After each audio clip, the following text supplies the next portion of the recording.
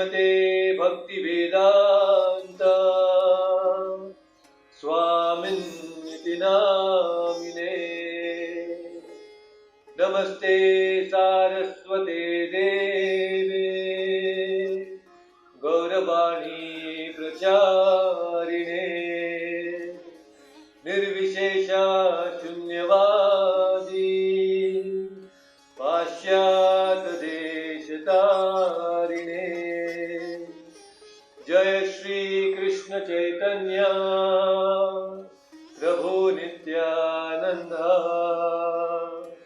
श्री अद्वैत गदाधरा श्रीवासादि गौर भक्त वृंदा।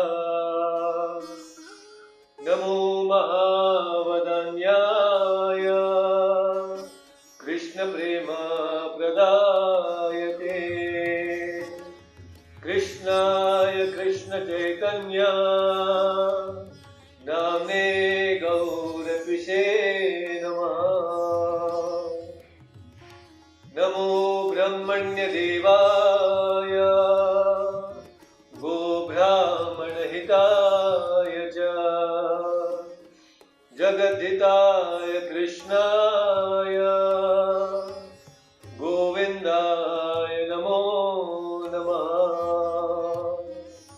हे कृष्णा करुणा सिंधो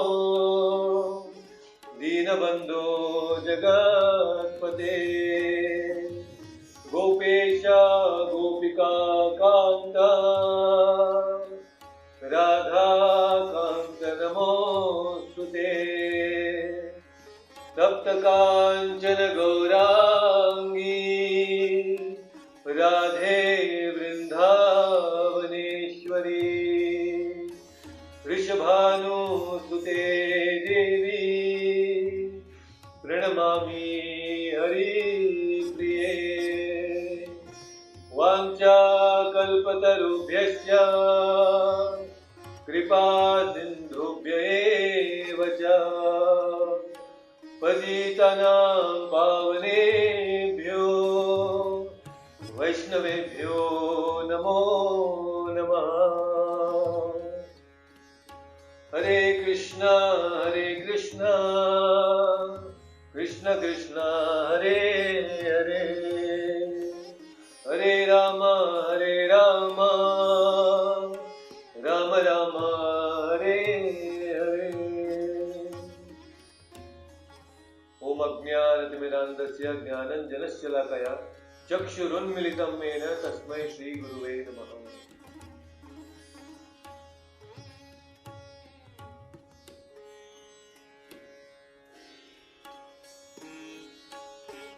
All right, so let's begin.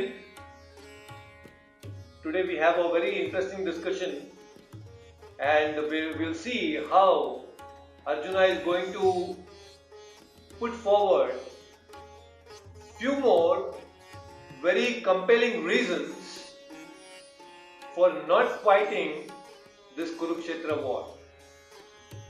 So in the previous session we discussed that how Arjuna gave two reasons to not fight, and that is number one, compassion. He said no, out of that compassion for his own family members, Swajanam, I don't want to kill them, I don't want to fight. Another reason why he is saying not to fight is enjoyment. If I win this whole war and I also become the king, what is the use of becoming the king and acquire this whole big kingdom, Trilokya, if I cannot enjoy with my family members because they'll all be killed? So why should I actually kill them in the war, and I don't want to have such enjoyment? So he has covered these two reasons, and now in the next shloka, in the 35th shloka, he is actually going to present a very, very interesting thing, and why he is not going to fight is mentioned here in the 36th shloka. We have already covered 35th shloka, so let us start 36th shloka today, and it's very, very interesting. Papam evashraya tasmat advaitanatatayinah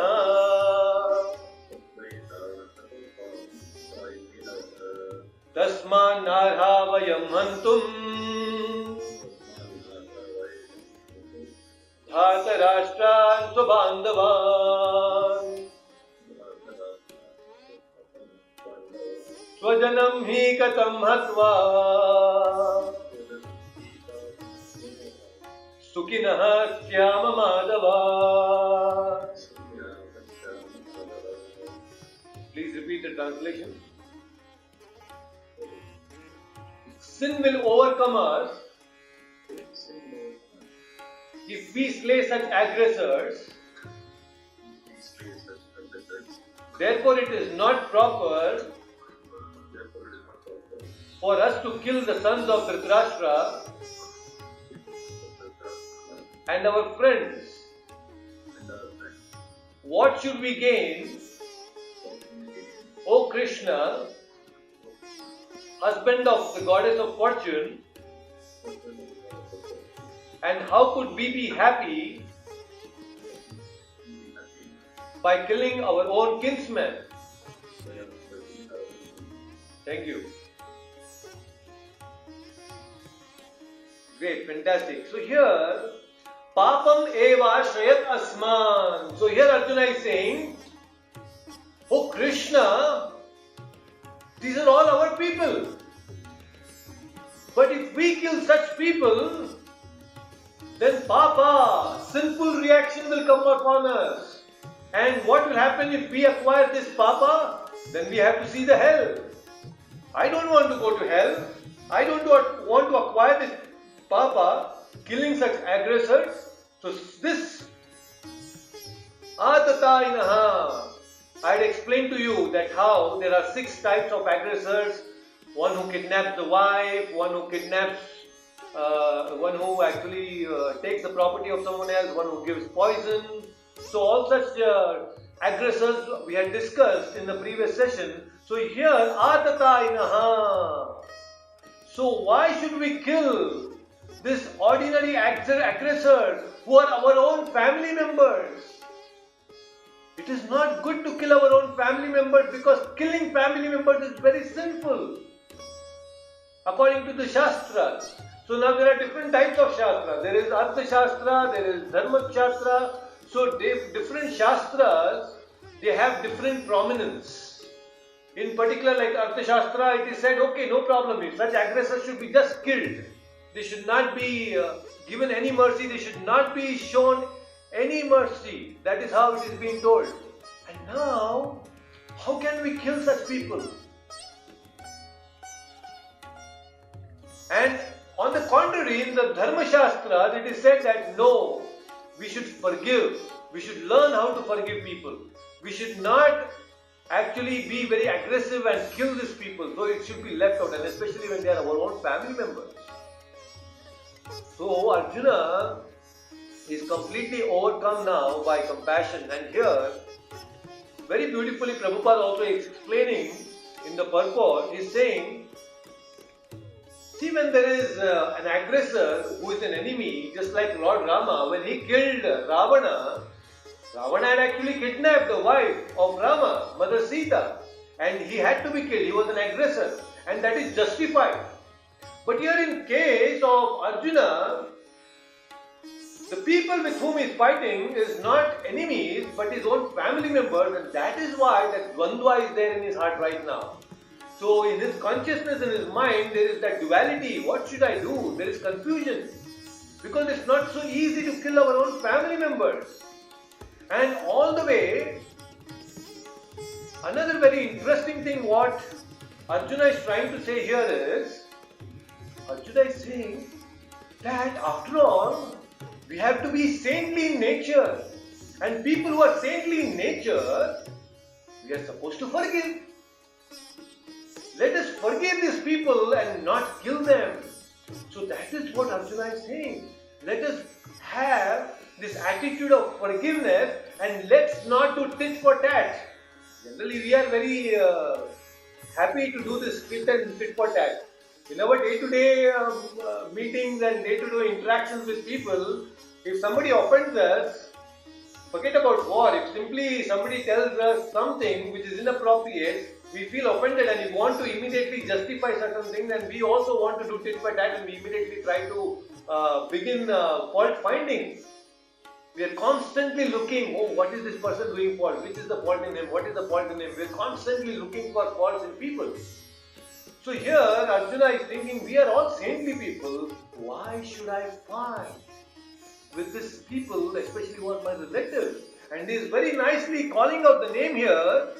He is saying, Oh Madhava. He is taking the word, Krishna's name as Madhava. Madhava means the husband of the goddess of fortune, Lakshmi. Lakshmi Devi is the goddess of fortune, and Madhava happens to be the husband of Mother Lakshmi. So she is all good fortune. So Arjuna is saying, by killing our own people, oh Madhava, we are actually trying to bring misfortune to our own selves, which is not good. So why should we attract misfortune? Of course, there is no such misfortune on the side of Arjuna, because Krishna himself is on the side of the Pandavas. So definitely there is no question of misfortune on the side of Arjuna. But here he is worried. Papa, sinful reaction will come upon us. So let's not kill these people. Atatahinaha, let's forgive them. So that is the third reason what Arjuna is giving, and that is Papa, sinful reactions, and we may go to hell. Yadyapyetena pashyanti lobopahata chetasaha kulakshaya kritam dosham mitra drohe cha patakam.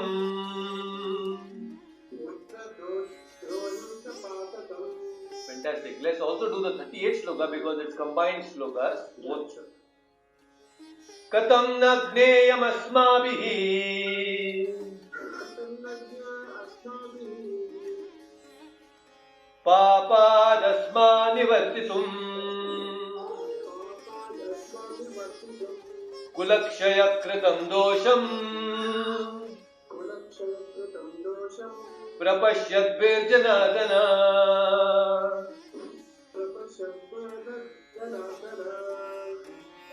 Fantastic. So please repeat the translation. O Janardana, although these men, overtaken by greed, see no fault in killing one's family or quarreling with friends, why should we, with knowledge of the sin, engage in these acts? Fantastic. Thank you so much.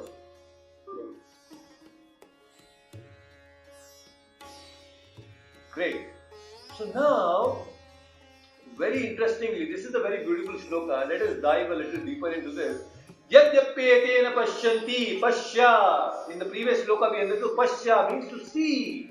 So here, Arjuna is saying that, oh Janardana, these men are overtaken by greed. Now what has happened is, Krishna may be thinking, although in the previous shloka, Arjuna is saying that, oh, there is all sinful reaction that is going to come. But Krishna may ask, oh Arjuna, you are feeling compassion for them, you don't want to fight, but the other party is not thinking like that. They are very, very nicely pumped up to fight with you. They are not compromising on anything. So why are you doing like this? So now, to justify that, Arjuna is saying, oh Janardana, lobopahata chetasaha. Their consciousness is now overtaken by greed. And because now they are covered with greed, what is happening? These Kauravas, they are unable to see the family destruction. Kulakshaya kritam dosham. They are not able to see that the whole family dynasty will be destroyed because of this greed. Now greed is a very powerful anatta within our heart. This greed, lobha, covers our consciousness, and that is why today I kept the title also as greed that creates a tunnel vision. What happens is when we are covered with greed, we don't see anything beyond our desires. Just like when you enter a tunnel, what happens is everything else in the world gets covered, and what you see is only what is there on the other side of the tunnel, and everything else is dark, pitch dark. So that is what happens to us also. When we are covered, our consciousness is covered with greed, lobha, we just see those things which are desirable to us, and everything else is put to dark. So greed is a very powerful thing. Actually, greed, this word itself, many people don't want to talk about greed. But if you see everything else, the advertisements and everything in this world, they glamorize greed. They think that greed must be there. Many people say, if there is no greed, what is the motivation for me to go and work? Many people say, many youngsters, especially those who are working in the software companies and in the corporate sector, they think that why should I work so hard? And I'm working hard. It is important for me to be greedy, because if there is no greed, then there is no motivation for me to work. Many people think like that. So there were two friends.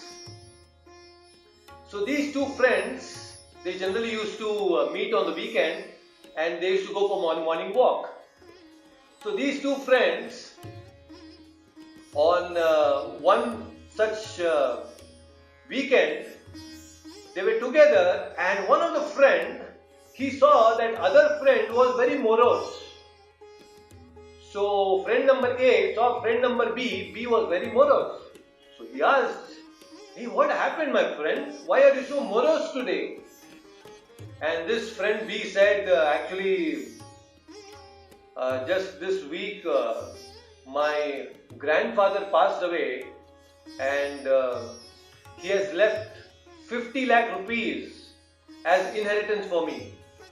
So friend A thought, oh, it's so sad. You lost your grandfather, but you got 50 lakh rupees as inheritance. No problem, great.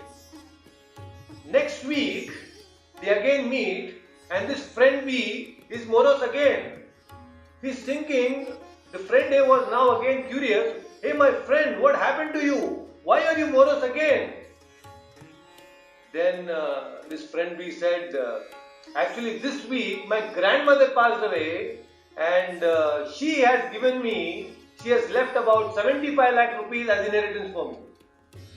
Now this friend A was thinking, oh guys, this fellow is really very lucky.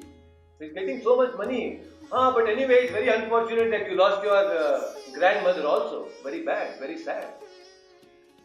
Next weekend, they again meet, and this time the friend B is again morose. Now this friend A was thinking, my God, what happened? Why are you still morose? This time this friend B said, actually this week one of my uncles passed away, and he left 1 crore rupees as inheritance for me.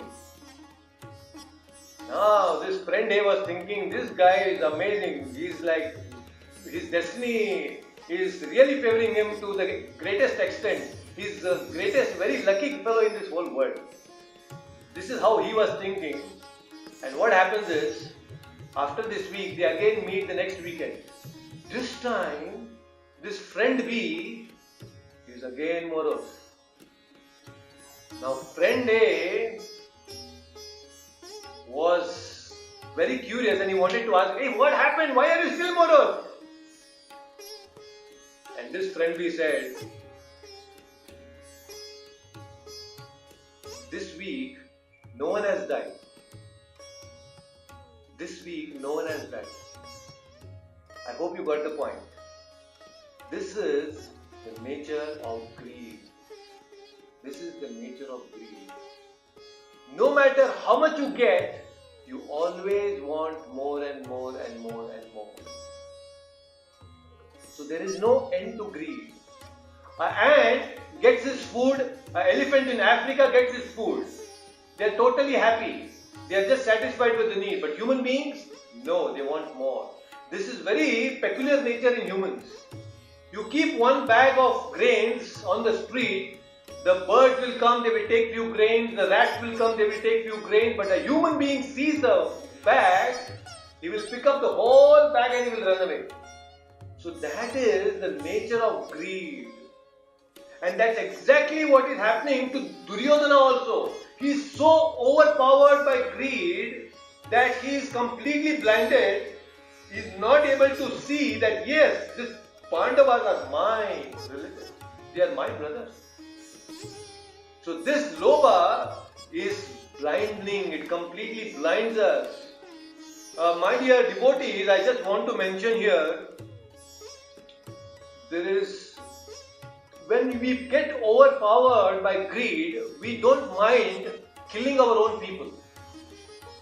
A very shocking incident I read a few years ago. In Las Vegas, there is this hospital called the Sunrise Hospital. And it was found that in this Sunrise Hospital, there were many terminally ill patients dying much before than expected. All of a sudden they used to die.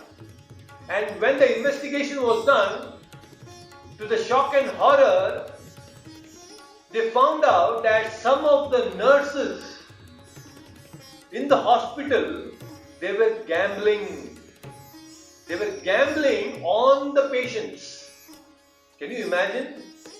They were gambling on the patients. Which patient will go? Which patient will die early? Bed number 5, he will die today. Bed number 7, he will die tomorrow. And they used to gamble on them. Gambling is one of the symptoms of greed. When a person is having greed within him, he takes up to gambling. And the nurses in the hospital were gambling on the patient. And when they found that yes, this particular patient is not dying and I am going to lose the bet, they used to go and switch off the life support system and kill the patient. These are all real incidents. Real incidents. There was a case in Australia where a patient goes into the hospital with 2 kidneys, but he comes out with 1 kidney. He doesn't even know that one of the kidney is gone. Why? Because greed. This is the nature of greed. Lobho pahat chetasaha. When we are covered with greed, we don't see what is beneficial and what is not beneficial. We tend to violate people's freedom when we are overpowered by greed, and that's exactly what Duryodhana is doing here. So Arjuna is saying, I am not greedy. They are greedy, Krishna. They out of greed they are acting like that, but I know I am not greedy and I don't want this kingdom. Why should I fight? That is his argument now. So there are, just like greed is just one enemy within us, just one anartha within us. But along with greed, there are 6 other enemies. Totally there are 6 enemies within our heart. Lust, greed, anger, envy, pride, moha, illusion. So these 6 enemies called Arishadvaryas are there within our heart, which covers our consciousness. So what is bhakti doing? What is devotional service? What we are trying to do here by understanding the knowledge of the Bhagavad Gita is to destroy the enemies within. Most of the time, the enemies external are easy to deal with. You identify the enemies and you can somehow tackle with them. But unfortunately, we are not trained in the science of dealing with the enemies within our heart.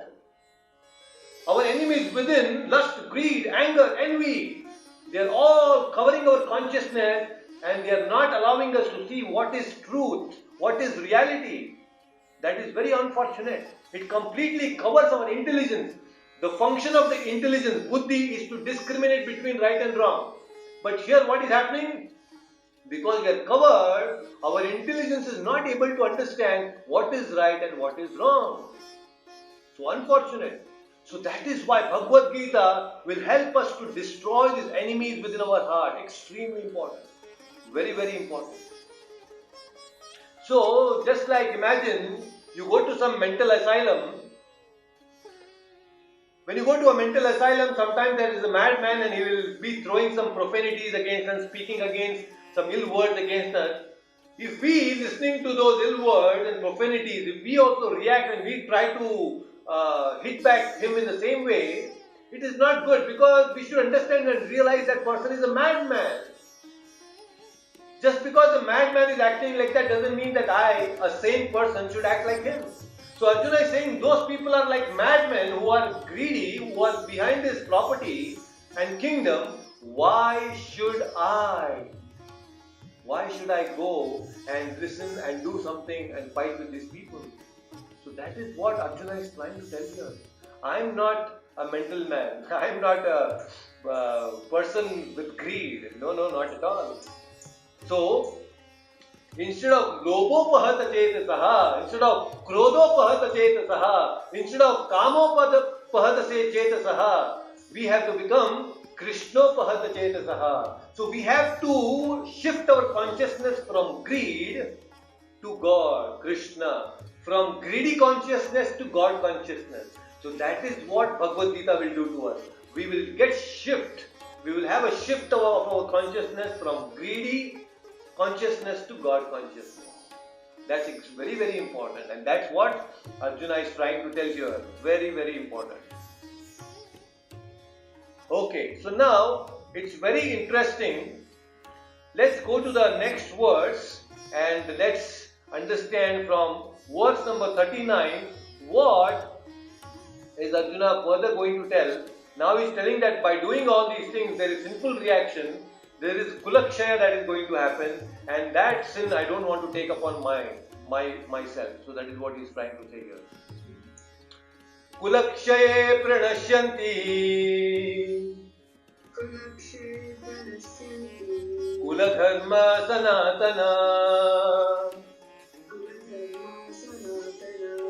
dharme nashte kulam krishnam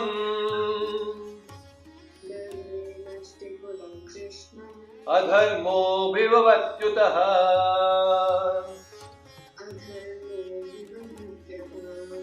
Fantastic. Please repeat the translation. With the destruction of dynasty, the eternal family tradition is vanquished. And thus the rest of the family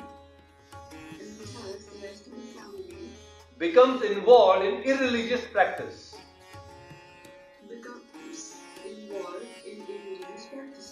Fantastic. Thank you so much. So this is another very interesting shloka, very, very beautifully.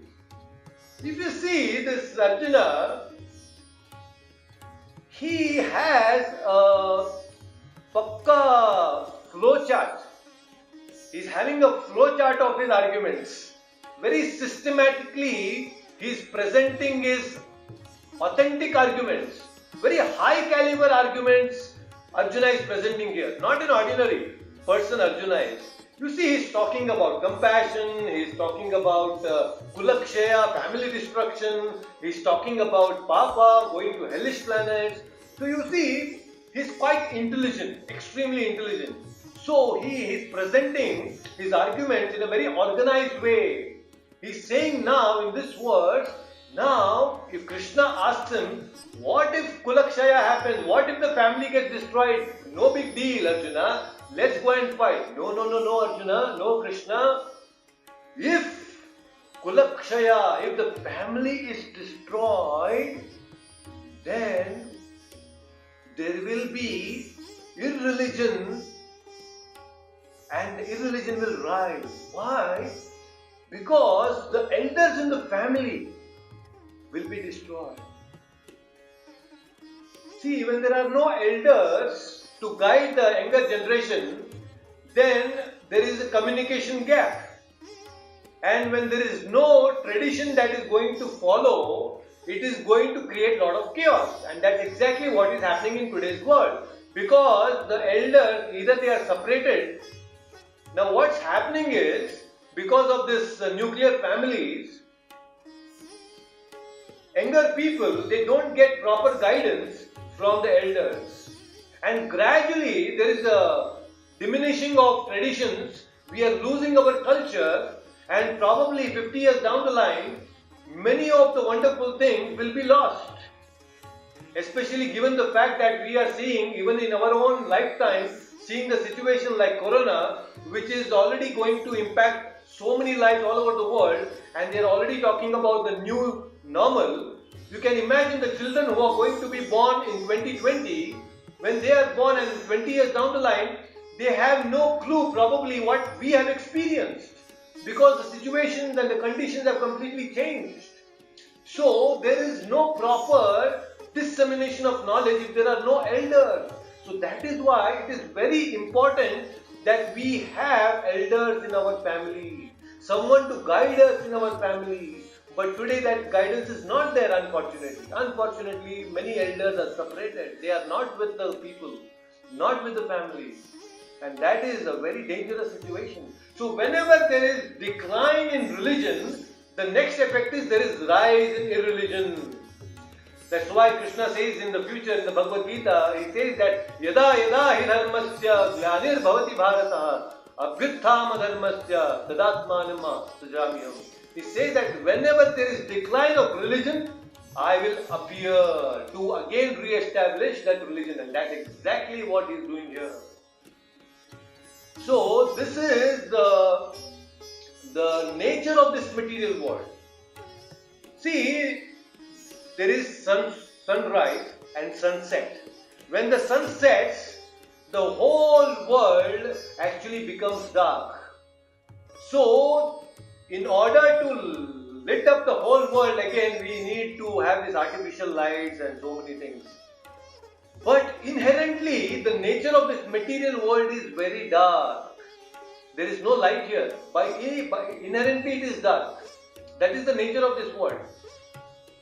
There is a principle of entropy in science. If somebody has heard science, there is the entropy principle. Entropy means if there is no constant monitoring of a certain system, it will degrade and it will decline. Anything, if it is not maintained, it will decline. So that is the inherent nature. Entropy is a very natural system. If there is order, and if that order is not maintained, gradually it will turn into disorder. So that is what is entropy, and that is how degradation happens in this world. And what is he saying here? Kuladharma sanatanaha. Kuladharma. So let us understand this. Kuladharma. What is Kuladharma? Kuladharma means, see, basically the whole society, the Vedic society, was divided into Varna and Ashrama. The whole society was divided into Varna and Ashrama. There are 4 Varnas and there are 4 Ashramas. What are the 4 Varnas? The 4 Varnas are Brahmana, Kshatriya, Vaishya, Shudra. 4 Ashramas are Brahmachari Ashrama, Grihastha Ashrama, Vanaprastha Ashrama and Sannyas Ashrama. So 4 Varna and 4 Ashrama. This is how the society was divided. Perfect society. Krishna explains this and we will dive deeper into this society. How scientifically this Varnashrama was a very much integral part of the society. But today, unfortunately, people misunderstand this Varnashrama. They think this is caste system. No, it's not caste system. This is not conventional understanding what we have about caste system, Brahmana, Kshatriya, Vaishya, Shudra. We will definitely touch upon this point. So Kula Dharma, if there are no elders, then the Kula Dharma will decline. So that is what Arjuna is trying to put forward and explaining to Krishna, that each one of us who are supposed to perform a certain dharma based on my varna, that will decline. Let us understand what is dharma. There is a misconception about this word dharma. Many times we take this word religion. The English word religion is actually not equivalent to the word Sanskrit word dharma. If you open the dictionary and see the word religion, it defines as a kind of faith. Religion means it defines as a kind of faith.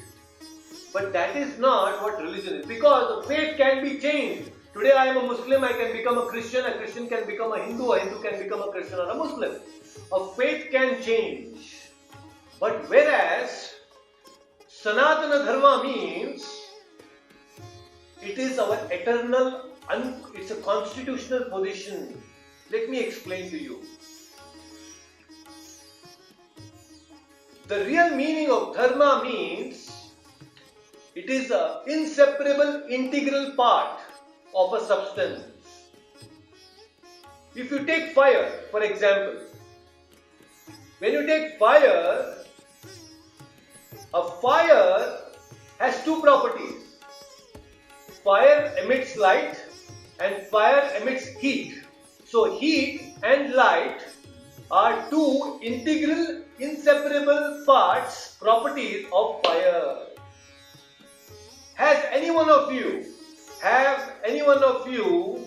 seen fire which does not produce heat and light? No. Wherever there is fire, there has to be heat, there has to be light. There cannot be fire without heat and light. So that is integral, inseparable quality. Similarly, you take sugar. You take sugar and you taste it, it is sweet. Have you tasted a sugar which is not sweet? No. Sweetness is the integral, inseparable part of sugar. Without sweetness, sugar has no meaning. So similarly, all of us, we are not this physical body, we are the spirit soul. So as spirit soul, as Atma, we also have an inseparable, integral part, property, which cannot be separated from us, that is to love and to serve. Every living entity is serving and it is loving. So to love and to serve is actually dharma of the soul, of the spirit soul. That is the definition of dharma, to love and to serve. You take any living entity, any sentient being, it has this nature to love and to serve. You take even the wildest animal, the tiger or a lion, even they express love to their own cubs. Even they want to express and show their love. So love is there to serve. Every living entity, suppose if you have a pet dog, the dog expresses its love to the master, at the same time it serves the master by protecting the home. So loving and serving is integral part of each and every living entity. Even the politicians, they all say, right, in the bhashan, big talks, they say, "Hum aapki seva mein hai." Of course, they say that "Hum aapki seva mein hai," but they don't do real seva. That is another thing. But then, the tendency to love and to serve, that is real dharma of the soul. So now, when Arjuna is saying that Kula Dharma Sanatanaha, it's a misconception. Because Kula Dharma is not Sanatana. Because this Brahmana, Kshatriya, Vaishya, Shudra, Brahmachari, Grahastha, Vanaprastha, Sannyasi is all related to this body. It is not related to the soul. So body is temporary. Anything to do with this body, the dharma related to this body is also temporary. It is not Sanatana. So this is misconception. But Arjuna is saying, Kula Dharma Sanatana. So this is a very, very good catch. So what Arjuna is saying is, they are all kings and family members. We should not kill them, because it will destroy the family tradition. But he doesn't know that these very same people, this brothers, Duryodhana and Pati, they are actually irreligious. They are adharmic people. And such adharma has to be uprooted by re-establishing, by destroying these people and re-establishing Yudhishthira, Dharmaraja, as a king. So that is what Krishna wants to do here. But Arjuna is now completely defocused from dharma. He's thinking that all this Kulak dharma, this so-called dharma, Brahmana, Kshatriya, Vaishya, Shudra will get destroyed. His concern is valid, but it is incomplete. It is a correct contemplation that he is doing, but it is incomplete knowledge. So that is what we should understand here. We should learn how to replace our temporary religions and establish our real religion of loving and serving. And especially when our loving and serving attitude is directed to the Supreme Lord, that is the perfection of dharma. That is the perfection of our existence as spirit souls. We should learn how to love and serve the Lord.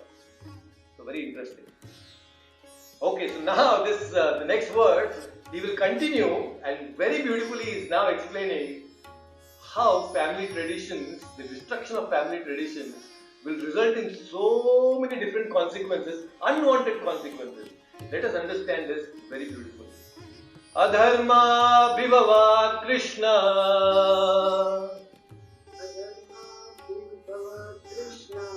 pradushyanti kulastriyah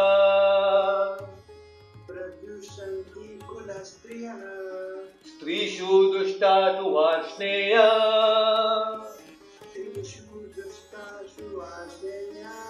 Jayate varna shankaraha.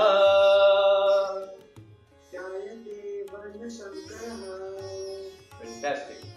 Please repeat the translation. When irreligion is prominent in the family, O Krishna, the women of the family become corrupt. And from the degradation of womanhood, O descendant of Vrishni, comes unwanted progeny. Thank you so much. Thank you, Hare Krishna. Hare Krishna. So, this is a very sensitive topic, a very sensitive argument that Krishna is putting forward here, Arjuna is putting forward, and we need to understand this in a proper context, and it is very important to know this shloka in a proper perspective. So here he is saying that there is Kula Dharma. When there is Kula Dharma, Kshaya, when Kula Kshaya will happen, destruction of the family happens, then Adharma will increase. And when the Adharma will increase, then the women in the family becomes degraded. See, a very thoughtful thing Arjuna is putting forward. Now some of you must be thinking, how that is possible? How is that possible? According to the Vedic tradition, women were always protected by men. When a girl is unmarried, she is protected by the father. When a girl marries, she is protected by the husband. And then later, women are protected by the grown-up children. Now, being protected doesn't mean that women in the Vedic times were weaklings. They were not weak. They were extremely powerful, very chaste. So we should not think, oh, to protect women because they were weak. No. It doesn't mean that women were weak. We have wonderful examples of very strong women. We have an example of Kaikeyi. Kaikeyi was a Kshatrani. She was a very powerful queen. In fact, she helped Dasharatha to win the war.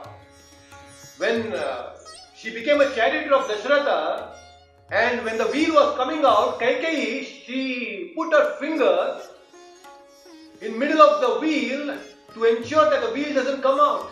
Can you imagine? That is how powerful she was. We have Kunti. Kunti, a very, very powerful lady. So we have a very strong Vedic women. So women are protected, that means they are not weak. Protection is not just offered to people who are weak, but we offer protection when something is very precious. Women were considered very precious in Vedic culture. So we protect something that is very precious. Suppose in your home there is a rat, something very invaluable. You don't think of protecting that, you just throw it in the dustbin. But if there is a valuable jewel, if there is a diamond that is fallen on the floor, oh, you will be very alert. You will immediately take that and protect that diamond. Why? Because the diamond is very precious. So women were protected in the Vedic culture, that is because they considered women to be very precious. Our Vedic culture represents, the women in our Vedic time represent Shakti Tattva. So they are not weak. It's a misconception. Many times people have this and they try to impose these ideas, and that is why a lot of confusion is there in the society today. In fact, in Vedic time, women, they served as a source of inspiration to men. Women are actually the source of inspiration to men. But then, it is all degraded these days, unfortunately. So if that is the case, then why Arjuna is speaking like this? Yes, because there will be people, men, who may take undue advantage when women are not protected. It's very important. Understanding womanhood is totally degraded today. In the name of women empowerment, actually this very term, women empowerment, is incorrect. Why? Women have to be empowered. They are already powered. They are very powerful. This women empowerment that modern people talk about is an incorrect thing. Women are not weak that they have to be empowered. No. But then in the name of feminism, today so many feministic ideas are coming, and that is where the degradation is happening. In the name of giving freedom, they are snatching away the freedom of women. In fact, they are exploiting women in the name of feministic ideas today. That is very, very unfortunate.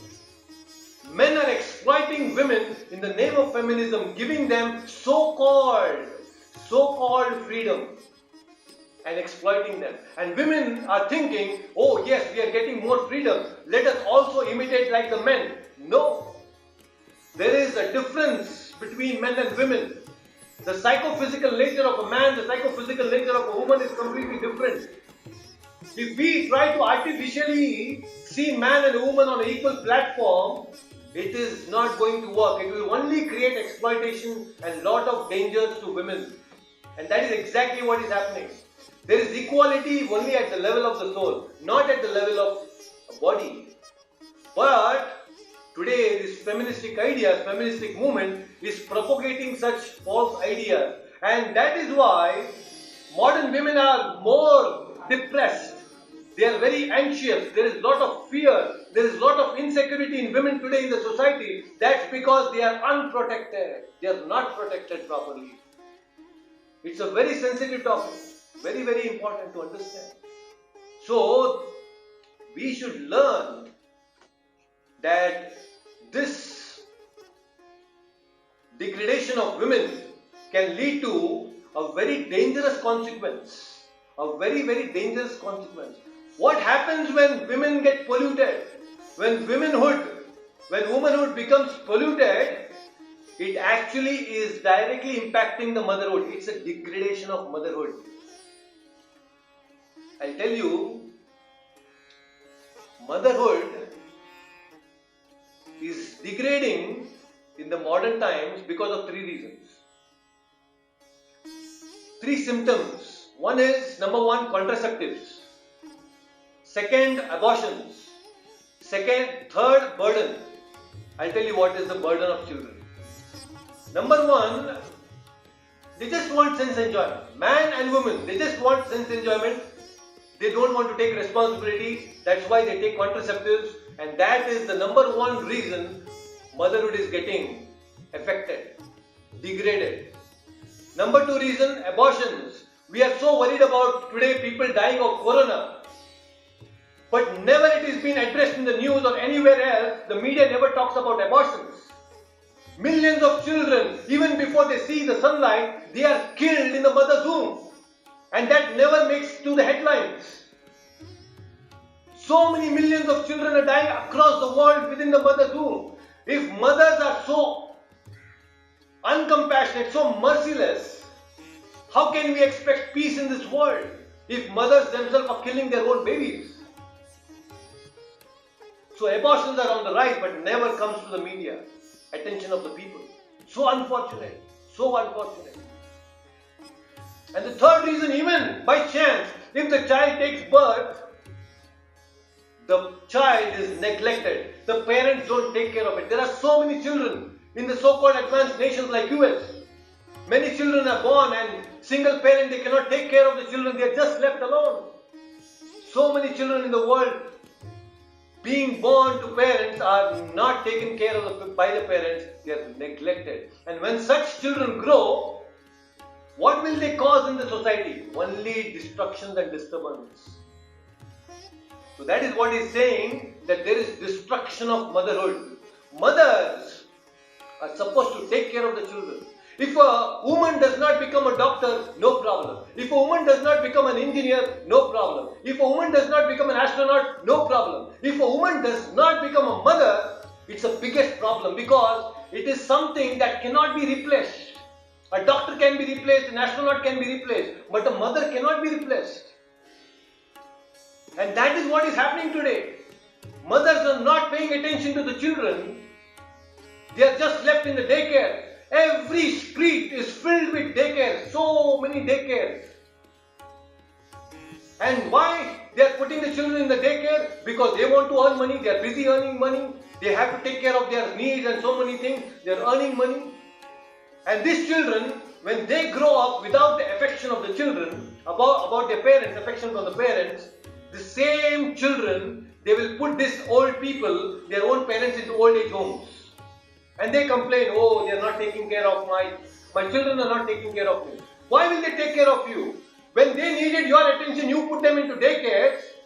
You are busy earning money. Now it is their time to earn money. They will put you into old age homes.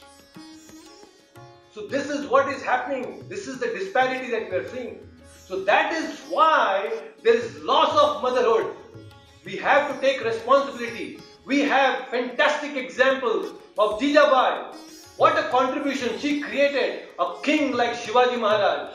Being inspired by the mother, he went on to become a very great king. We have so many wonderful women who have set wonderful examples, who have created kings, who have created great saints in this wonderful Bharatavarsha, Bharata Bhumi. That is the quality of mothers that we had. But today we don't have such mothers who can create leaders. And that is what Arjuna is saying here. Varna Sankaraha. When what will happen is unwanted population. Many people think that population is a problem. No, population is not a problem. In fact, Mother Earth has the capacity to maintain 10 times the present population. Mother Earth has the capacity to maintain many more people than the present population.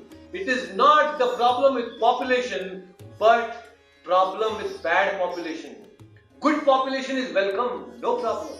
As long as we have wonderful, great population, it is needed, no problem. So population is not a problem, bad population is a problem. Varna Sankara is a problem. And why Varna Sankara is happening? That is because people do not follow Garbhadhana Samskara. The very first samskara in a human being is Garbhadhana Samskara. The art of conception, the science of conception. This was followed in Vedic times. When a husband and wife, they come together, they unite, they simply don't produce children like cats and dogs.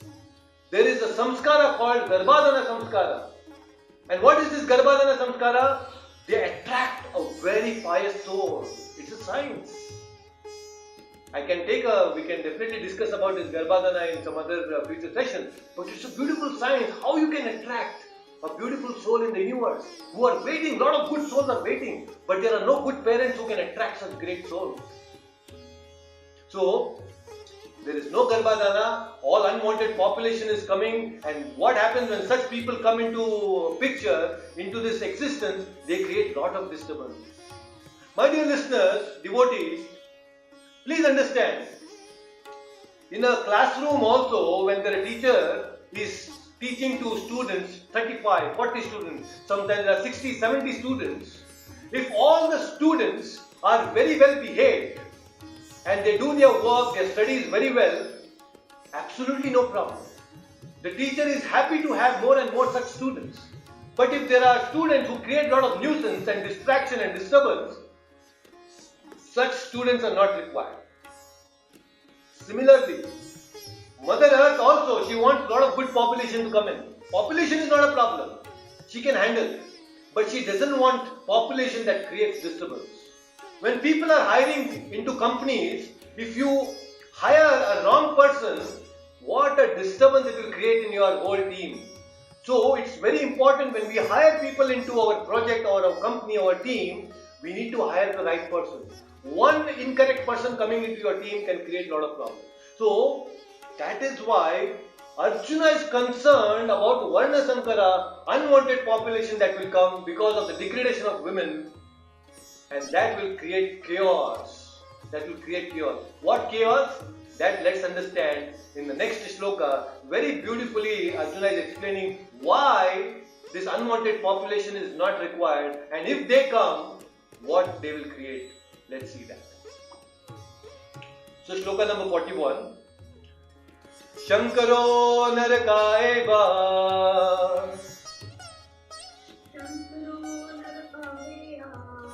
Kula Kulasya Cha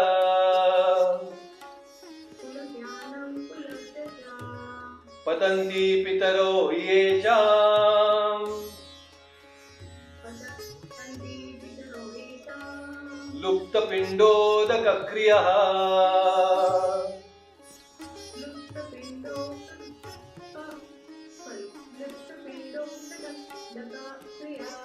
Let's do that once again. Sankaro Naraka Eva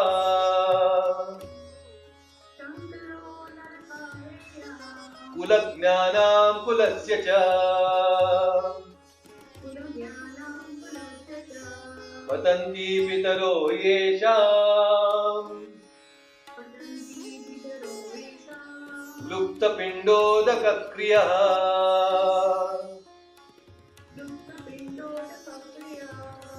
Please repeat the translation. When there is increase of unwanted population, a hellish situation is created, both for the family and for those who destroy the family tradition. In such corrupt families, there is no offering of oblations of food and water to the ancestors.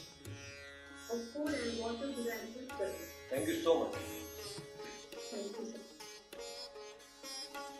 So here, again a very interesting point made by Arjuna. You can see the sequence in which he is speaking. So there is Kulakshaya, family gets destroyed, and because of the family gets destroyed, family traditions get destroyed. Because of family traditions getting destroyed, the women will get corrupt, and because women will get corrupt, then there is unwanted population, and when there is unwanted population, lupta pindodaka kriyaha. So there is completely that Pindodaka. It's a very important aspect in the Vedic tradition, and you take any Shastra, they somehow touch upon this aspect of Shraddha. When somebody passes away, we do Shraddha, Pindodaka. We offer the Pindodaka. So it's a very beautiful science again. What happens is, to some extent we know that how a soul comes into being. You know, when the man impregnates a woman and the development of the baby in the mother's womb, and the baby finally comes out. We know to some extent that this is how the creation comes into existence. But what happens after that? The process, what happens after that, the time between death and birth, what happens after you die and what happens before you take the next birth, that is very beautifully explained in Garuda Purana, and that is where this Pindodaka Kriyaha, that is why Anteshti, we perform Anteshti Samskara, which is the last samskara. So there are 16 samskaras that we need to follow as human beings. The very first samskara is Garbhadhana Samskara, which I mentioned earlier, and the last samskara, the 16th samskara, is the Anteshti Samskara. So Pindodaka, Pindadana they do. It's very important. Just like there is Brahmanda, the external universe, this body is also called Pindanda. Brahmanda, Pindanda. It's a minute universe. So whatever is there in the external universe, it's all there within this internal human body also. Sometimes we will discuss this in detail, but it's a very beautiful concept. So the whole universe can be represented by our own body. Everything is there within our body also. So we will understand this in deep. It's a beautiful science. So here Arjuna is saying, Pindodaka will be ignored because all these irreligious people will take birth and they will forget that they have to offer oblations to our ancestors. Because what happens after that, many times our ancestors may be suffering into some hellish planets, or they may be in ghostly forms. It's very much possible. So what happens is, when we offer Pindodaka, when we do this Shraddha, by offering this Krishna Prasadam to our ancestors, these ancestors who are suffering in the hellish conditions, they get elevated. They start achieving higher and higher planets. So there is something called as Pitra Devatas. So these Pitra Devatas, their department is to ensure that whatever you offer goes and reaches to our ancestors. Sometimes our ancestors may have become horses, because after that we don't know, according to the karma they must have become horses. So what happens is, when you do Shraddha, on that particular day, they will get very good grass. The horse will get a very good grass that day. That is how it's all connected. We are living in a very interconnected universe. Everybody is interconnected here. We just don't understand that. Just like internet is connecting all of us now, there is a system created by Krishna by which everything is interconnected. So, anyway, so what happens is, if there is no Pindodaka Kriya, then they will not be elevated to higher planetary systems. Actually, a son is supposed to offer his Pindadana, Shraddha to his ancestors. Putra. The word Putra means one who takes his ancestors out of the hellish planet called Put. So there is a hell called Put, where our ancestors reside. If they have done some impious acts, then they are put into that condition of hellish planet called Put. Putra, Trayate. One who takes the ancestors from that Put, hellish planet, is called Putra. That is the duty of a Putra. A son's duty is to ensure that he elevates his parents from the hellish conditions. If he does not do that, then he is equal to Mutra. Putra and Mutra, they come from the same organ. If a son cannot even do this Shraddha, cannot take care of his parents, then he is he is equivalent to Mutra, urine. That is what Shastra says, not my words. So don't feel offended. But this is what it is. It is what the truth is. Shastras don't compromise. So, as a son, it's a responsibility that he needs to take care of his ancestors, and that is what Arjuna is worried. If these people come, they will not take care of their ancestors. So, we, as I told you that we are all in an interconnected universe, we are indebted to different people. Our whole existence is not simply on my own effort.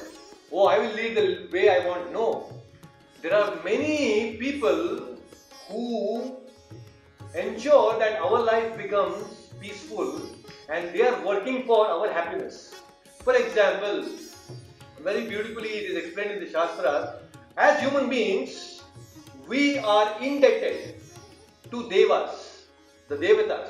Why we are indebted? Because they are supplying rain, they are supplying food grains, they are supplying water, they are supplying air to us for us to breathe. So all these different things are provided by the Devatas. So we are indebted to them. We are indebted to the Rishis. Why?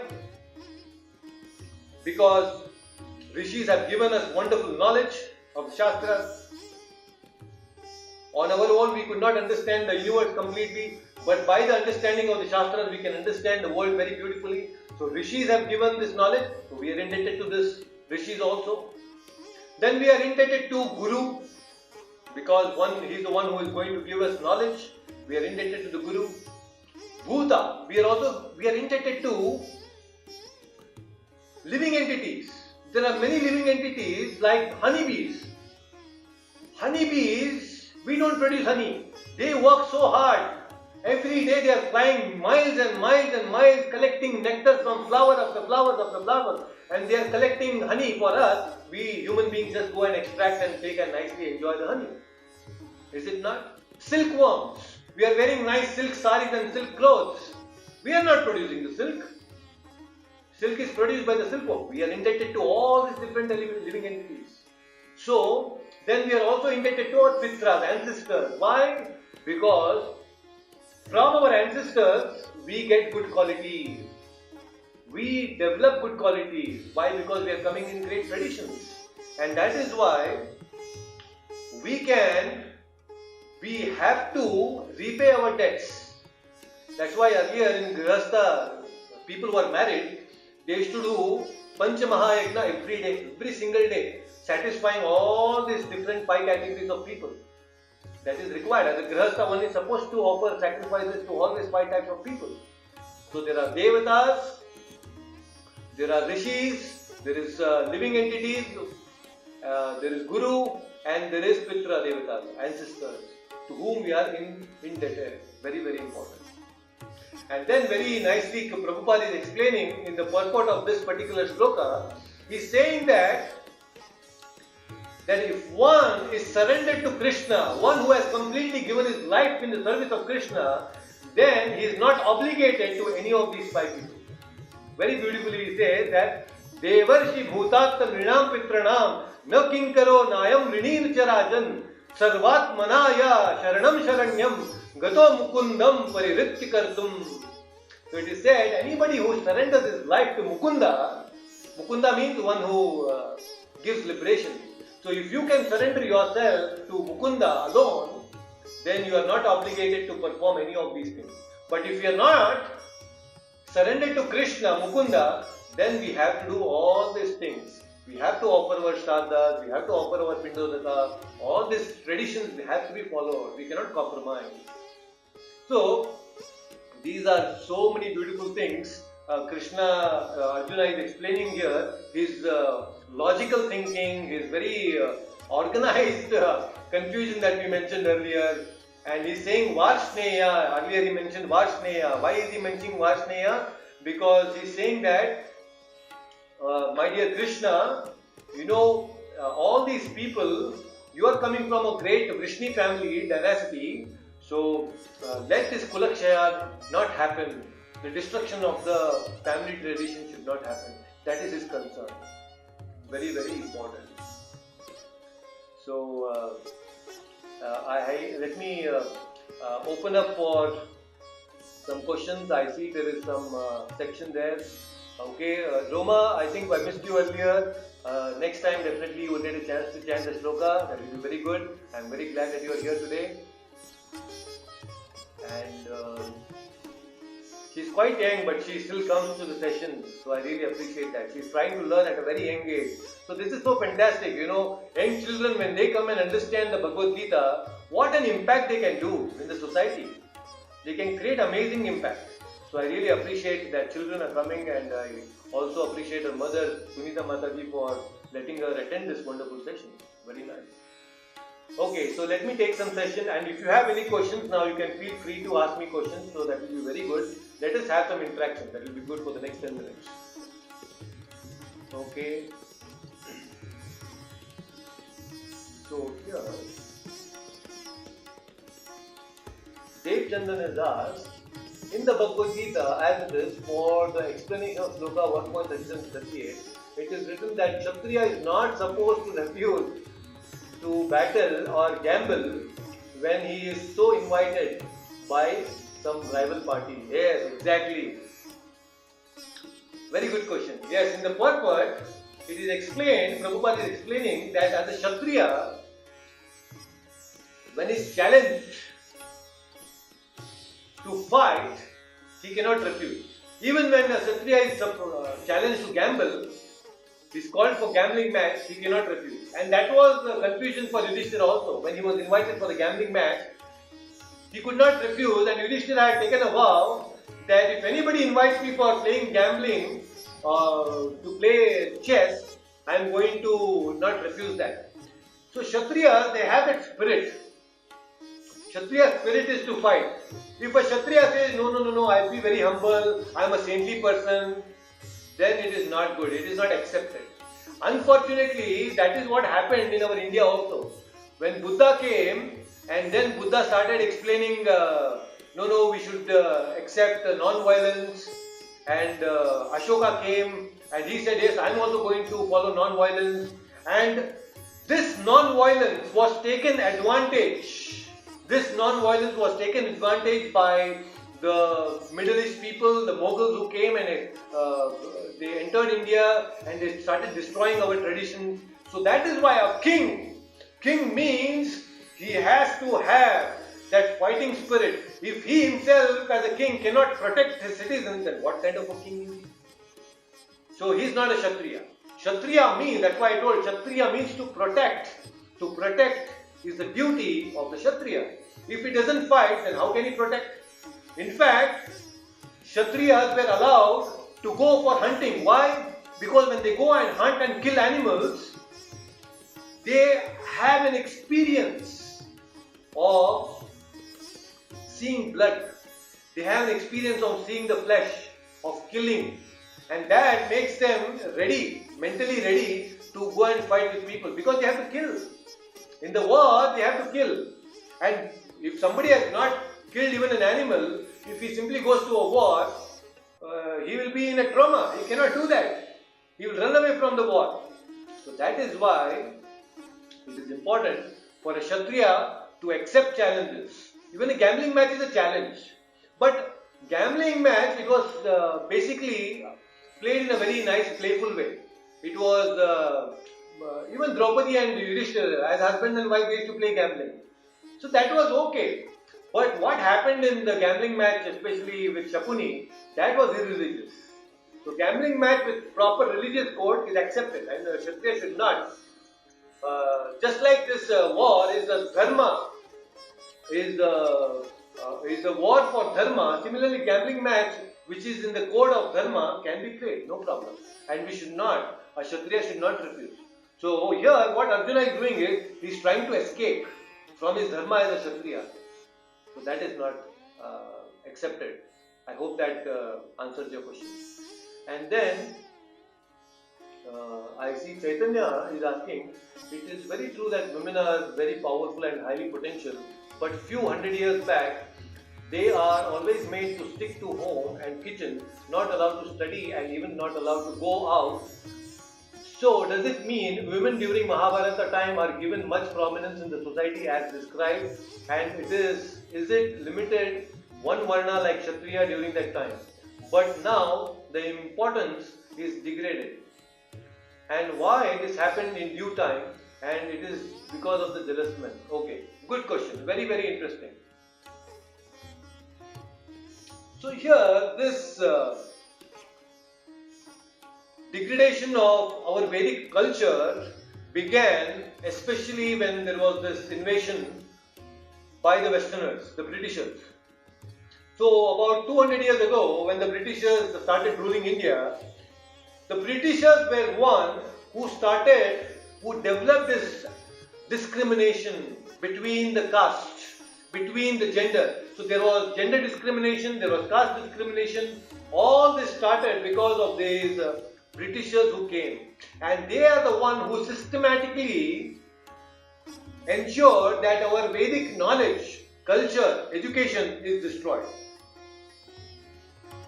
So it is definitely not that only women of a certain varna were given education. No, absolutely not. Even the Vedic Brahmana women were very qualified, extremely qualified. Even the wives of the Vaishyas, although Vaishyas and Sudras, they don't have to necessarily have education like Brahmanas, not required. Brahmanas were the intellectual body. Let me explain to you. Brahmana, Kshatriya, Vaishya, Shudra, they can be represented by our bodily parts. So now, Brahmanas represent the head, Kshatriyas represent the arms, the Vaishyas represent the belly, the stomach, and the Shudras they represent the legs. Now in the body, for the body to function, all the different parts are important, very, very essential, extremely important. But if there is no head, then nothing else will work in the body, is it not?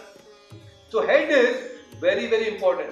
So in the society, the Brahmana section, the intellectual section, the category is important. But today, we don't have that intellectual think tanks. Because of think tanks, there is a lack of think tanks in the society today.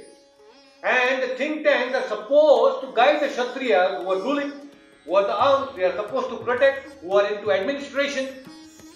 So the administrators are supposed to be guided by the head.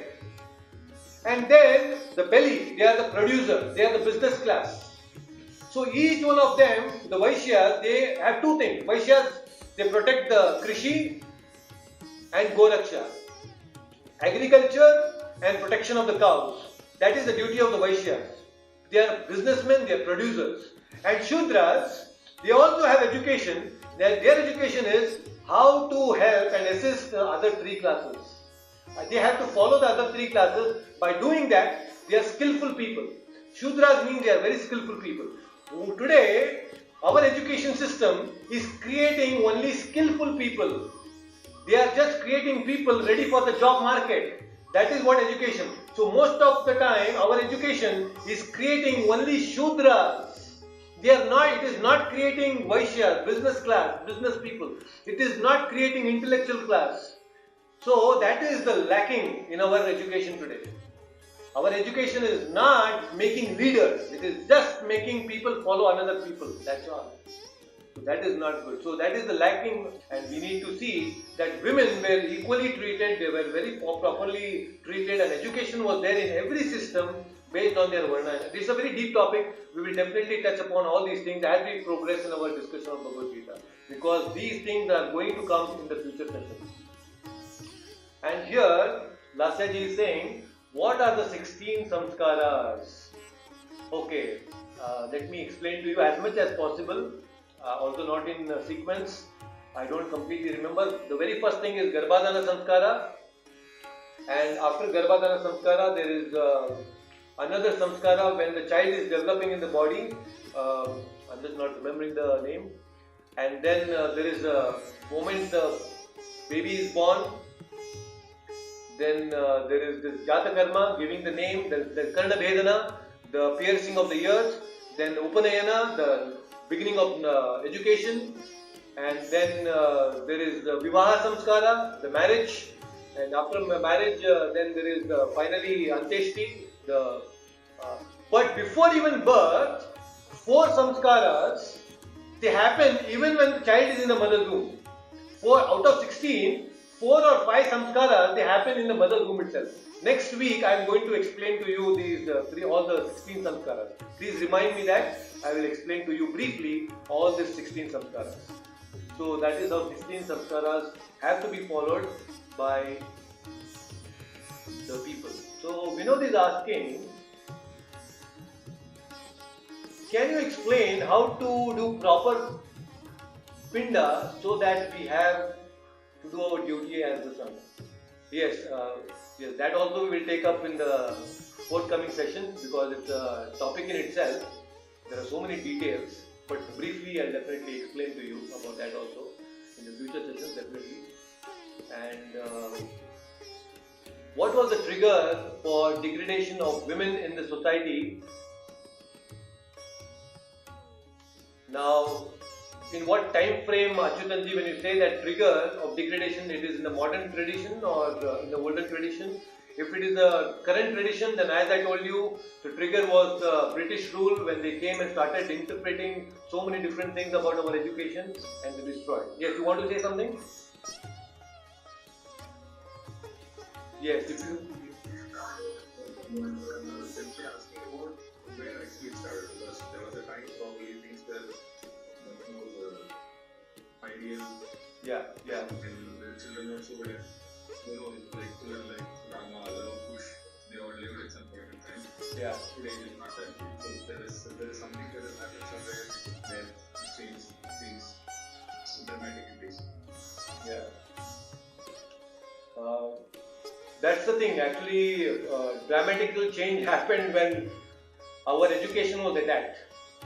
The Gurukul system was attacked, and that is when you are totally bereft of what you are supposed to do from the education itself, and the new concepts are brought in, and we are being told that, oh, this Vedic education is very inferior, and what we are getting from British, this education is going to make you very advanced. And that system of education was attacked, and that is how today's children have no clue what is Vedic education. They have completely lost the touch of our Vedic culture and tradition. So that is the trigger point, the attack of our education, on our education. So we need to revive our education system. We need to now, at least in these forums, try to understand our Vedic culture and try to implement at least in our own lives, and then we can pass it on to our next generation so that it becomes intact and it continues. So that is what we need to do. So it's a great responsibility to pass on the knowledge. It's extremely important. Just imagine, otherwise it is lost. So many beautiful things that we have lost in just last 3-4 decades. So many wonderful things that we were doing in the festivals. Those things we no more follow in the festivals today. Festivals were so colorful and so joyful, but today festivals have again degraded to so many things. For example, in Maharashtra you see the Ganesh Chaturthi. It is done with so much of pomp and glory, but then the essence of that is gone. So much of Bollywood music and so many people are drinking and smoking and gambling. So many things are happening in the name of Ganesh Chaturthi. So that is not accepted. So why that is happening? Because of lack of education. So we need to revive, and that is happening. I see gradually. Fortunately, there are a lot of people and organizations coming together and trying to inculcate, and that is where Prabhupada also he was feeling so much for Vedic culture and education. He started Gurukulas. So we are trying to do as much as possible from our end to educate people. In fact, we want to start a school here in Bangalore also, so that children can benefit from this Vedic culture and tradition. So education is one thing that we need to definitely address, and that's the core. That's very important. Spirituality means experience plus education. So we need to understand this. It's extremely important. Education is the core if you want to pass on this knowledge. So we have discussed very important things today, and I hope it was useful to you to understand certain basic concepts and very important concepts and the arguments of Arjuna. And next session we will definitely complete chapter 1. So we are going to complete the very first chapter. So exciting, and we will also have some quiz. So after completing few more slokas, we will have a quiz, and then we will also briefly touch upon that aspect of second chapter a little bit. So next next session, we will definitely dive deeper into all those things. So that will be very nice. Thinking I'll take your call very soon. Please stay online. I will definitely take your call. Yes. So Any questions or anything that you want to ask, please feel free to. And anytime you have any doubts while you're reading Bhagavad Gita, you can also please touch base with me personally. Also, you can call me or message me. Then we can have an interaction, because I just I have this interaction with you here, but I really don't know each one of you. So I think it's nice if we can also, I can know all of you. Although I have only spoken to Achyutanji, but I have not really spoken to each one of you. So, and I really thank all of you for wishing me Guru Purnima. Although I am not a guru as such, but I am trying my best to just transmit whatever the knowledge that I have received from my spiritual master. That's the only credit. So I just want to share whatever I have got from my spiritual master. So, if any questions, you can feel free to ask me. If not, then definitely we are going to meet again next Sunday with very interesting few more. One more argument Arjuna is going to present, and that is in the next chapter, second chapter. So we have covered today all the 4 different arguments that Arjuna has presented. Compassion, then there is enjoyment, self-enjoyment, and third is destruction of the family, and then there is this Varna Sankara that is going to happen, the destruction of the family tradition, and sinful reactions, of course, sinful reactions. So these are the 4 things that Arjuna has presented. It's all very valid. He is very contemplative. He is a very intelligent person, but although he is intelligent, his intelligence is incomplete. So yes, any questions please?